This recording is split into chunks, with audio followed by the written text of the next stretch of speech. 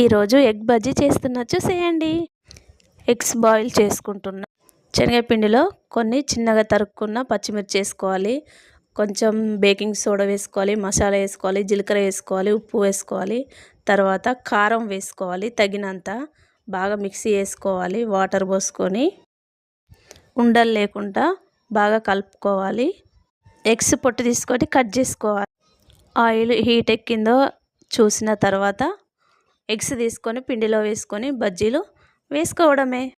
ఏంటి బయట గ్యాస్ పెట్టి బజ్జీలు వేస్తున్నా అనుకుంటున్నారా? ఇదంతా మా పాప ఐడియా అండి.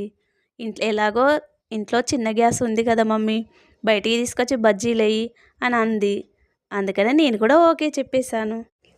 బజ్జీలు గోల్డ్ కలర్ వచ్చేదాకా బాగా డీప్ ఫ్రై చేసుకోవాలండి. తీసేసుకోవడమే. బజ్జీలు వేయంగా కూడా ఇంకా పిండి మిగిలిందండి. ఏం చేయాలా అని ఆలోచిస్తున్నాను. అంతలోనే మా వారు వచ్చి మిర్చీలు చెయ్యి అని అన్నారు. మిర్చీలు కూడా వేసేసాను. ఆ మిర్చీల మీద బజ్జీల మీద మసాలా కూడా చల్లుకోవాలి, చాలా బాగుంటాయి. అంతే అండి, బజ్జీలు రెడీ అయిపోయాయి. నేను టేస్ట్ చేస్తాను, చూసేయండి. ఇప్పుడు మా పాప కూడా టేస్ట్ చేస్తుంది. తన రియాక్షన్ చూసేయండి. Thank you. లైక్ చేసి సబ్స్క్రైబ్ చేయండి.